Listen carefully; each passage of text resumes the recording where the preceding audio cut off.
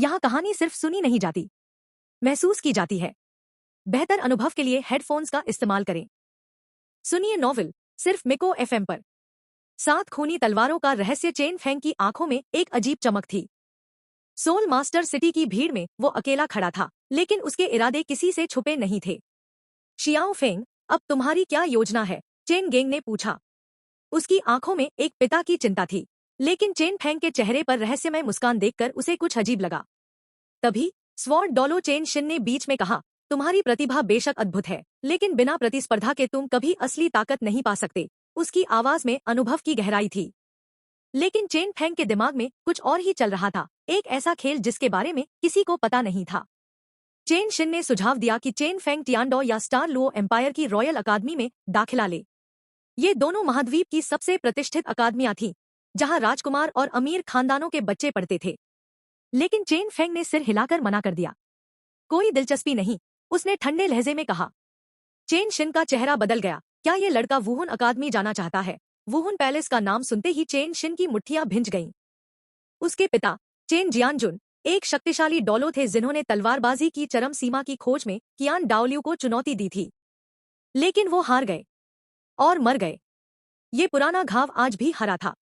नहीं दादाजी, chain Feng ने कहा, मैं श्रेक अकादमी जाना चाहता हूँ। ये नाम सुनकर चेन शिन और चेन गेंग दोनों हैरान रह गए। श्रेक? वो छोटी सी गिरीपिटी अकादमी, जहां का स्तर इन शाही अकादमियों के सामने कुछ भी नहीं था? क्यों? चेन शिन ने पूछा। चेन फेंग की आंखों में एक खतरनाक चमक आई। क्योंकि वहां कोई है जिसे मुझे हराना है। असल में चेन फेंग के दिमाग में तांग सान की छवि थी। सिस्टम का मुख्य मिशन पूरा करने के लिए उसे तांग सान को दबाना होगा। लेकिन ये केवल आधी सच्चाई थी। चेन फेंग के दिल में एक और इच्छा थी। वो असल में टियानशुई कॉलेज जाना चाहता था, जहां महाद्वीप की सबसे खूबसूरत लड़कियां पढ़ती थी। ठीक है, चेन शिन ने हार मानते हुए कहा। वो जानता था कि जबरदस्ती से कुछ नहीं होगा। लेकिन जैसे ही चेन फेंग जाने लगा, उसने अचानक रुककर कहा, रुको। अब जब हम 7 ट्रेजर्स ग्लेज्ड सेक्ट से अलग हो गए हैं, तो हमें अपना सेक्ट बनाना चाहिए। दोनों बुजुर्गों ने चौंक कर उसकी तरफ देखा। एक 12 साल का लड़का सेक्ट बनाने की बात कर रहा था। नाम होगा 7 किल स्वॉर्ड सेक्ट, चेन फेंग ने घोषणा की। चेन शिन जोर से हंस पड़ा। देखो चेन गेंग, तुम्हारा बेटा तुमसे ज्यादा महत्वाकांक्षी है। लेकिन उस हंसी के पीछे एक सवाल था, क्या ये लड़का सच में सिर्फ एक बच्चा था, या फिर उसके अंदर कुछ और छुपा था? चेन फेंग के दिमाग में शियाओ वू की तस्वीर घूम रही थी। वो प्यारी खरगोश, जो असल में एक शक्तिशाली सोल बीस्ट थी। खरगोश इतने प्यारे होते हैं, उन्हें सोल रिंग में कैसे बदल सकते हैं? उसने सोचा। लेकिन क्या उसके इरादे सच में इतने मासूम थे, या फिर उसके पास कोई और योजना थी? श्रेक अकादमी की तरफ जाते हुए चेन फेंग की मुस्कान और गहरी हो गई। तांग सान, शियाओ वू और अनगिनत रहस्य, सब कुछ उसका इंतजार कर रहा था। लेकिन जो कोई नहीं जानता था, चेन फेंग के पास एक ऐसा सिस्टम था जो उसे हर जीत पर इनाम देता था। और अब असली खेल शुरू होने वाला था। 3 दिन बाद हेवन डॉ एम्पायर के दक्षिण में बराक किंगडम।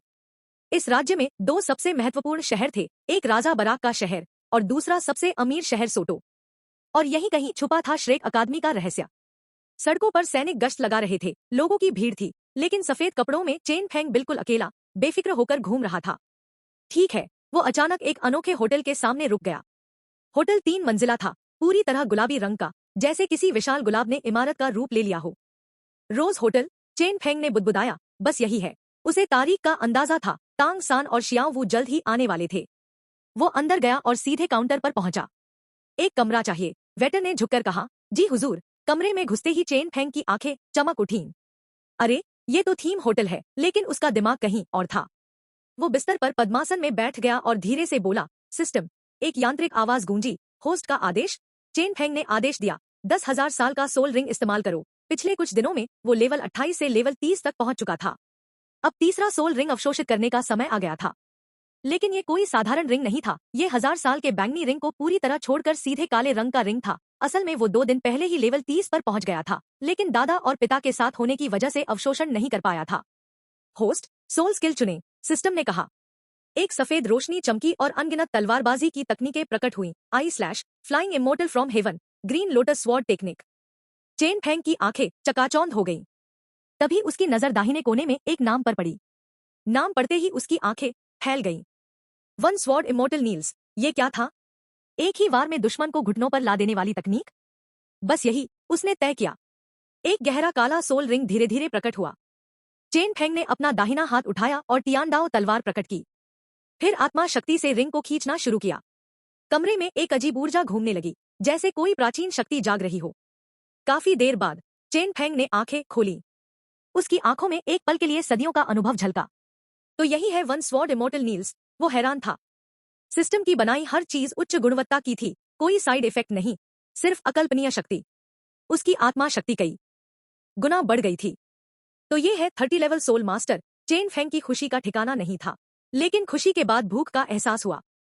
सोल रिंग अवशोषण में कोई खतरा नहीं था, लेकिन शरीर की ऊर्जा पूरी तरह खत्म हो गई थी। वो बिना देर किए होटल के रेस्तरां में चला गया। उसने दिल खोलकर खाना ऑर्डर किया। स्नो स्पिरिट बीस्ट की टांग, आइस क्रिस्टल क्रेन के पंख, steamed deep sea devil fish. ये सब दुर्लभ सोल बीस्ट्स का मांस था, जिसमें अथाह ऊर्जा छुपी थी। चेन फेंग के बाएं हाथ में एक सफेद जेड की अंगूठी थी, एक स्टोरेज सोल डिवाइस। इसमें चेन शिन द्वारा दिए गए सोने के सिक्के थे, काफी समय तक चलने के लिए। जब चेन फेंग खाने में मग्न था, तभी उसके सामने एक पुरुष और दो महिलाएं आकर खड़ी हो गईं। दोनों लड़कियां बेहद खूबसूरत थीं और एक दूसरे से मिलती जुलती लगती थी, शायद जुड़वां। लेकिन सबसे ध्यान खींचने वाला था बीच में खड़ा वो आदमी। लंबे सुनहरे बाल, दोहरी पुतलियां और दोनों तरफ लड़कियों को बाहों में दबाए हुए। वो घमंड से चेन फेंग की तरफ देख रहा था। दोस्त, क्या आखिरी कमरा तुमने बुक किया है? उसकी आवाज में एक अजीब धमकी थी। चेन फेंग ने धीरे से खाना बंद किया और उसकी तरफ देखा। उसकी आंखों में एक ठंडी चमक थी। वो मुस्कुराया, लेकिन ये मुस्कान किसी शिकारी की थी। हाँ, उसने शांति से कहा। क्यों? कोई समस्या है? सुनहरे बालों वाले आदमी की आंखों में गुस्सा चमका। लेकिन इससे पहले कि वो कुछ बोलता, होटल में अचानक एक तेज चीख गूंजी, दूसरी मंजिल से। और फिर खून की गंध हवा में फैल गई। चेन फेंग की आंखों में एक अजीब भाव आया जब उसने सामने वाले आदमी को देखा। ईविल आइड व्हाइट टाइगर। वो मन ही मन मुस्कुराया, लेकिन चींटी से ज्यादा कुछ नहीं। हाँ, वो पहचान गया था, ये था दाई मुबाई। चेन फेंग तांग सान का इंतजार कर रहा था, लेकिन किस्मत ने पहले इस घमंडी को भेज दिया। मुझे नहीं पता, साफ साफ बोलो, चेन फेंग ने शांति से कहा। दाई मुबाई की आंखों में अहंकार था। कमरा खाली करो, उसने आदेश दिया, जैसे वो कोई राजा हो। चेन फेंग हल्के से मुस्कुराया। तुम मुझे सिखा रहे हो कि क्या करना है? उसे निंग रोंग रोंग याद आई, आखिरी व्यक्ति जिसने उसे सिखाने की कोशिश की थी। शायद अब भी अपने सेट में रो रही होगी, या गुस्से में भाग गई होगी। दाई मुबाई की आंखों में गुस्सा भड़क उठा। उसकी शीये आंखें सीधे चेन फेंग पर टिकी थी, जैसे कोई हिंसक बाघ अपने शिकार को देख रहा हो। कमजोर दिल वाला तो अभी बेहोश हो जाता। मौत चाहते हो? दाई मुबाई ने धमकी दी। सोटो शहर में किसी की हिम्मत नहीं थी उससे ऐसे बात करने की, लेकिन चेन फेंग अपनी जगह से हिला तक नहीं। तो देखते हैं, तुम्हें वो काबिलियत है या नहीं, उसने आराम से कहा। दाई मुबाई की आत्मा शक्ति उबलने लगी। इस सफेद कपड़ों वाले युवक ने सच में उसे गुस्सा दिला दिया था। तभी एक वेटर हांफता हुआ आया। उसके पीछे एक मध्यम आयु का आदमी था। वो बेहद घबराया हुआ लग रहा था। मध्यम आयु के आदमी, मैनेजर वांग, ने जल्दी से दाई मुबाई के सामने झुककर माफी मांगी। मास्टर दाई, मेरे कर्मचारी नाकाम हैं। आपके लिए कमरा रिजर्व करना भूल गए। दाई मुबाई मुड़ा और व्यंग्य से बोला, मैनेजर वांग, आज तुमने सच में मुझे सरप्राइज दे दिया। मैनेजर वांग डर से कांप गया। क्षमा करें, मैं अभी आपके लिए इंतजाम करता हूँ। फिर वो चेन फेंग की तरफ मुड़ा। सर, माफी चाहता हूँ, लेकिन वो कमरा मास्टर दाई के लिए है। कृपया कहीं और चले जाएं। चेन फेंग के अंदर गुस्सा उबलने लगा। तुम्हारा होटल इसी तरह चलता है? शानदार। वो पहले ही चेक इन कर चुका था और अब उसे निकाल रहे थे। चेन फेंग तांग सान पर फोकस करना चाहता था, दाई मुबाई से लड़ाई नहीं।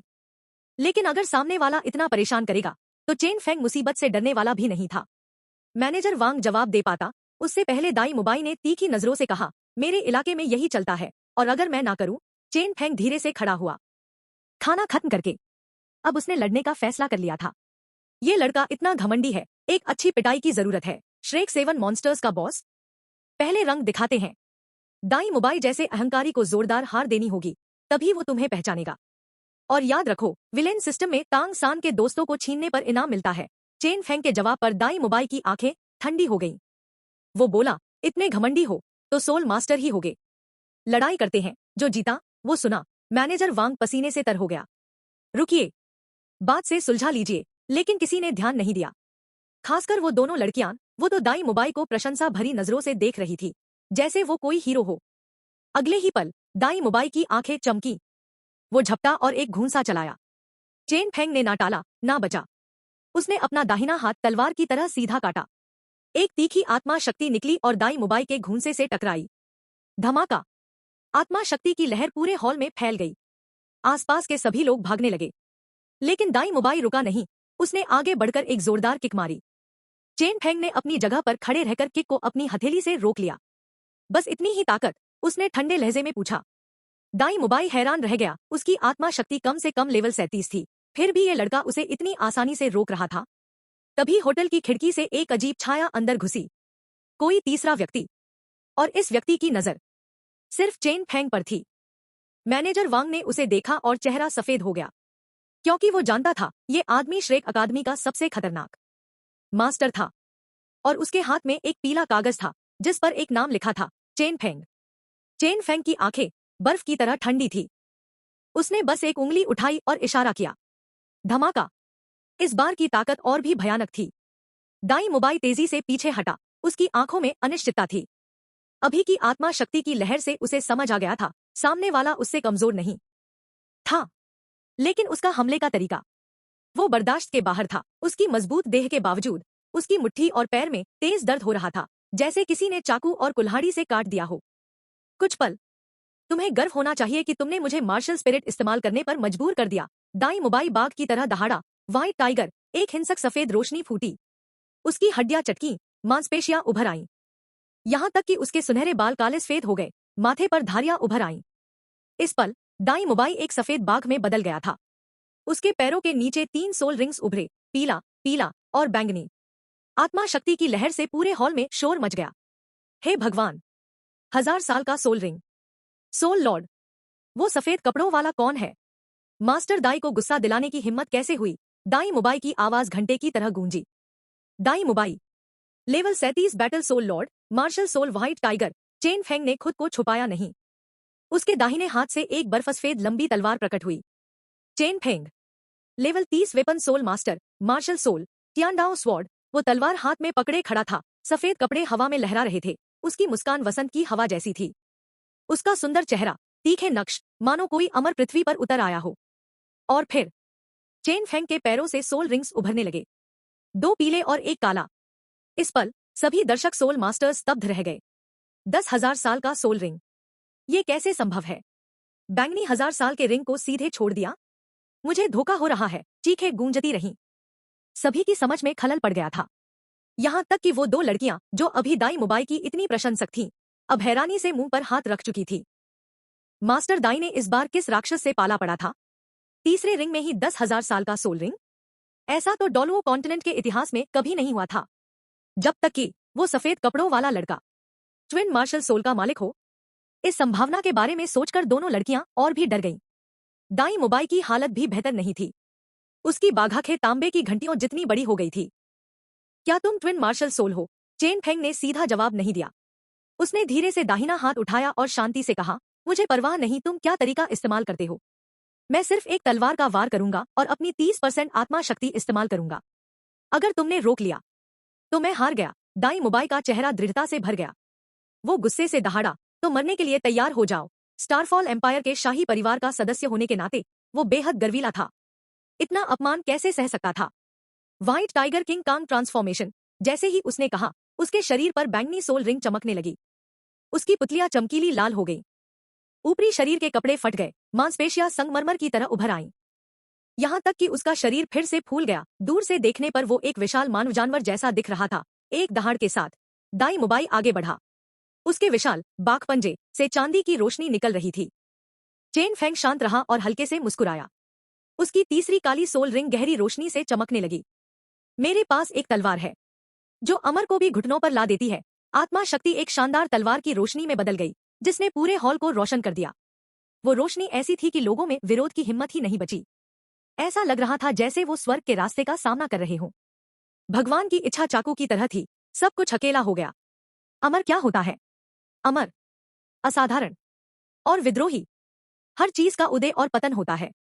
वन स्वॉर्ड इमोर्टल नील्स का असली मतलब था स्वर्ग की शक्ति से दुनिया की हर चीज को दबाना। किंग कांग व्हाइट टाइगर, बस एक चींटी तलवार की रोशनी दाई मुबाई की तरफ बढ़ी। लेकिन तभी होटल का दरवाजा धड़ाम से खुला।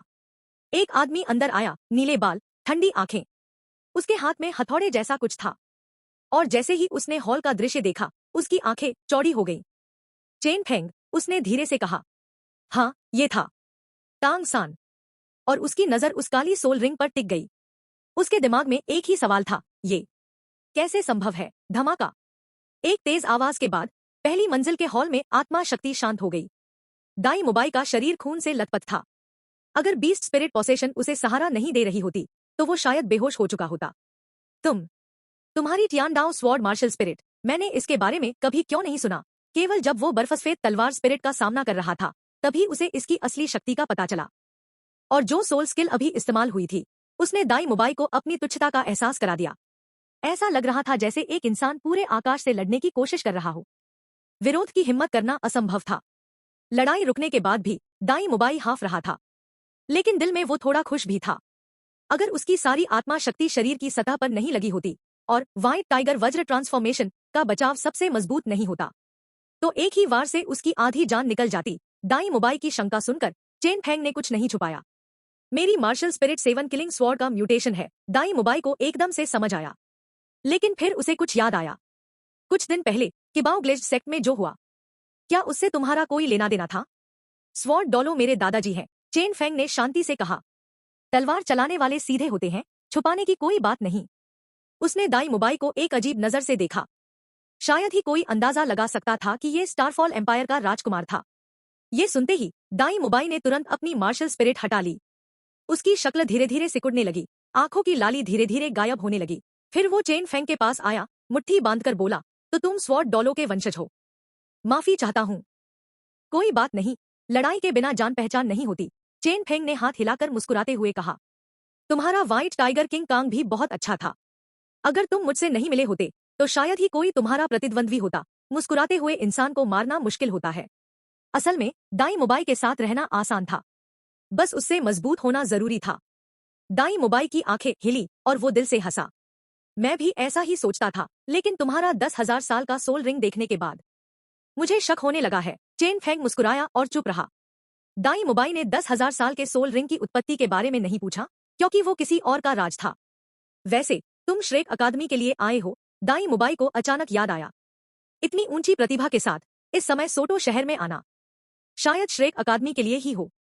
चेन फेंग ने धीरे से सिर हिलाया। हाँ। फिर दाई मुबाई मुड़ा, दोनों लड़कियों को गले लगाया और बोला, चेन फेंग, तुमसे मिलकर अच्छा लगा। मैं श्रेक अकादमी में तुम्हारा इंतजार करूंगा। इतना कहकर वो होटल से बाहर चला गया। इस समय मध्यम आयु का आदमी मैनेजर वांग तेजी से आया और चेहरे पर मुस्कान लिए बोला, छोटे भाई, तुम सच में कमाल हो। मास्टर दाई भी तुम्हारा मुकाबला नहीं कर सके। उसने अभी स्पष्ट रूप से सुन लिया था कि इस युवक की पृष्ठभूमि असाधारण थी। आम लोगों की नजर में सोल मास्टर एक ऊंचा व्यक्ति था, और शक्तिशाली सोल मास्टर तो और भी हैरान करने वाला। तारीफ सुनकर चेन फेंग ने नजरें घुमाई और पूछा, तुम्हें क्या लगता है यहाँ की मरम्मत की उचित लागत क्या होनी चाहिए? मैनेजर वांग का चेहरा तुरंत डर से भर गया। उसने बार बार हाथ हिलाया और कहा, मैं आपसे पैसे कैसे ले सकता हूँ? मैं अंधा और मूर्ख था। आपका समय बर्बाद करने के लिए सच में माफी चाहता हूँ। वो जितना हो सके उतना विनम्र दिख रहा था, लेकिन अभी वाले अहंकार का कोई निशान नहीं था। चेन फेंग ने सिर हिलाया। ठीक है, लेकिन अगली बार किसी को ऐसे मत निकालना। मैनेजर वांग ने झुककर कहा, जी जी। चेन फेंग अपने कमरे की तरफ चल पड़ा, लेकिन उसे नहीं पता था होटल के बाहर एक छाया में कोई खड़ा था। काले कपड़े, चेहरा ढका हुआ। उसके हाथ में एक छोटी सी किताब थी जिस पर लिखा था, टारगेट लिस्ट चेन फेंग। वो व्यक्ति धीरे से बुदबुदाया, 10,000 साल का सोल रिंग, लेवल 30 पर। दिलचस्प। उसकी आवाज में न गुस्सा था न खुशी, बस एक ठंडी गणना। लेकिन तुम नहीं जानते, असली खतरा अभी आया नहीं है। वो मुड़ा और अंधेरे में गायब हो गया। उसी समय होटल के तीसरे तल्ले की खिड़की से चेन फेंग ने बाहर देखा। उसे कुछ अजीब लगा। कोई मुझे देख रहा है, वो सोच में पड़ गया। उसका हाथ अनजाने में तलवार की ओर बढ़ गया, और दूर जंगल में एक लाल आंखों वाली खरगोश शियाओ वू अजीब तरीके से चौंकी। ये एहसास कौन है? उसके दिल में एक अजीब धड़कन हुई। क्या किस्मत उसे किसी खास से मिलाने वाली थी? चेन फेंग ने और कुछ कहने की जहमत नहीं उठाई। उसने मुट्ठी भर सोने के सिक्के फेंके और ऊपर की तरफ चल दिया। मैनेजर वांग और सभी वेटर वहीं खड़े रह गए, हक्के बक्के। ये सज्जन सच में उदार हैं, एक वेट्रेस ने कहा। उसकी आंखों में तारे थे। मास्टर दाई जितना तो नहीं, लेकिन किसी बड़े घराने का होना चाहिए। दूसरी वेट्रेस ने गपशप की। क्या तुम्हें किसी और में दिलचस्पी है? भले ही वो यंग मास्टर दाई से छोटा है, लेकिन एक बड़ा शॉट है। मैनेजर वांग ने सिर घुमाया, गंभीर नजरों से चेतावनी दी। बकवास बंद करो, मुसीबत में पड़ने से बचो। वो छोटा भाई इतनी कम उम्र में शक्तिशाली सोल मास्टर है, हम उसके पीछे बातें कैसे कर सकते हैं। अगले दिन चेन फेंग ने अपनी ट्रेनिंग खत्म करने के बाद सीधे श्रेक अकादमी में दाई मुबाई को ढूंढा। चेन फेंग, तुम यहाँ क्यों हो? दाई मुबाई थोड़ा हैरान था। वो कल देर रात तक खेला था और दोपहर में ही अकादमी लौटा था। चेन फेंग हल्के से मुस्कुराया, विनम्र और शिष्ट। मैं अकेला बोर हो रहा था और सोचा कोई साथी मिल जाए घूमने के लिए। मास्टर दाई फ्री है? बिल्कुल। दाई मुबाई भी बहुत खुशमिजाज था। जिन्हें वो पहचानता था उनका बहुत सम्मान करता था। दोनों दरवाजे से बाहर निकले, बातें करते और घूमते हुए। मुझे उम्मीद नहीं थी कि तुम इतने आरा मतलब होगे, चेन फेंग ने बहुत स्वाभाविक रूप से कहा। मुझे लगता है कि मैं भविष्य में यहाँ कुछ समय के लिए रहूंगा, तो पहले से परिचित होना अच्छा रहेगा। हाँ, दाई मुबाई ने सिर हिलाया। जब अकादमी में आओगे तो हम दोस्त बन जाएंगे। भले ही श्रेक अकादमी की भर्ती सख्त थी, केवल राक्षस चाहिए। लेकिन उसकी नजर में चेन फेंग राक्षसों में भी राक्षस था और निश्चित रूप से अंदर आ जाएगा। एक दुकान से गुजरते समय चेन फेंग की अभिव्यक्ति बदल गई और उसके चेहरे पर एक अजीब मुस्कान आई। मंजिल पहुंच गई थी। दुकान के दरवाजे पर लटका साइनबोर्ड अलग था। एक तलवार, एक हथौड़ा और एक नीले टायरानोसोरस रेक्स से बना वुहुंडियन के प्रतीकों में से एक। मास्टर दाई, अंदर चलते हैं। चेन फेंग की अभिव्यक्ति सामान्य थी। दाई मुबाई ने थोड़े अजीब तरीके से कहा, तुम्हें यकीन है कि तुम यहाँ आना चाहते हो? कोई समस्या है? चेन फेंग ने जानबूझकर पूछा। खांसी? कुछ नहीं। चलते हैं अंदर। दाई मुबाई ने हल्की खांसी ली, अपने चेहरे पर शर्मिंदगी को समय रहते छुपाते हुए। बस, चेन फेंग की बुरी तरह से ठगी होने वाली है। चेन फेंग अंदर गया और देखा कि एक मध्यम आयु का आदमी रिक्लाइनर पर बैठा था। आदमी की ठुड्डी उभरी हुई थी और चौड़ी गालों की हड्डियां जूते के हॉर्न जैसी दिखती थी। अपनी चालाक छोटी आंखों पर क्रिस्टल काले रिम वाला चश्मा पहना हुआ था। इस परिचित फीचर से चेन फेंग ने एक नजर में पहचान लिया। कोई और नहीं बल्कि फ्लेंडर्स, श्रेक अकादमी के डीन। ऐसा लग रहा था कि इसमें कुछ गलत नहीं था और उसने अनुमान लगाया कि समय लगभग सही है। ये सोचकर चेन फेंग ने ऊपर देखा और शेल्फ के साथ खोजने लगा। फिर दीवार के पास एक इंसान के सिर जितना बड़ा क्रिस्टल मिला। क्रिस्टल में बड़ी मात्रा में गहरी पीली सामग्री थी। अगर ध्यान से नहीं देखा तो कोई सोच सकता है कि ये अशुद्धियां हैं। चेन फेंग ने शांति से बोला और आकस्मिक रूप से पूछा, बॉस, ये क्रिस्टल कितने का है? महंगा नहीं है, केवल 300 सोने के सिक्के। एक आलसी और कर्कश आवाज आई। बिना कुछ कहे चेन फेंग ने अंगूठी से सुनहरा सिक्का निकाला और कहा, गिन लो, मैंने खरीद लिया। ये सुनकर फ्लेंडर्स ने धीरे से आंखें खोली और ऊपर नीचे ध्यान से देखा। चेन फेंग के पहनावे को देखने के बाद वो खुद को रोक नहीं पाया और अफसोस करने लगा। खत्म। कम मांगा, लेकिन अफसोस करने का कोई फायदा नहीं था। चालाकियों से परिचित चेन फेंग पहले ही पैसे लेकर आ गया था। इस समय दाई मुबाई ने आंखें झपकाईं और कहा, बॉस, सस्ता नहीं हो सकता। फ्लेंडर्स ने सोचने की भी जरूरत नहीं समझी। बिल्कुल नहीं। इतना कहकर उसने जल्दी से क्रिस्टल को दीवार से उतारा और चेन फेंग को दे दिया। ये लो। दाई मुबाई के चेहरे पर काली लकीरें थी। सच में एक मुनाफाखोर डीन है जो छात्रों को भी इज्जत नहीं देता। फ्लेंडर्स ने नजरें हटा ली, जैसे वो दूसरे व्यक्ति को पहचानता ही नहीं। ये दृश्य देखकर दाई मुबाई और भी गुस्से में आ गया, लेकिन वो गुस्सा नहीं कर सकता था और इसे अंदर दबाना बहुत असहज था। महंगा हो सकता है, लेकिन मुझे इज्जत तो दो। लेकिन तभी दुकान का दरवाजा फिर से खुला। एक लड़का अंदर आया, नीले बाल, ठंडी आंखें और हाथ में एक छोटा हथौड़ा लटका हुआ। तांग सान। दाई मुबाई की आंखें चमक उठीं और चेन फेंग, उसकी मुस्कान और गहरी हो गई। आखिरकार असली खेल शुरू होने वाला है। अगर आपको ये कहानी पसंद आई तो लाइक करना मत भूलिए। ऐसी ही दमदार पॉकेट एफएम स्टाइल कहानियों के लिए चैनल को सब्सक्राइब करें और नीचे कमेंट में बताइए, क्या चेन फेंग ने सही जगह पर सही दाव लगाया। अगली कहानी में मिलेंगे एक और बड़े ट्विस्ट के साथ।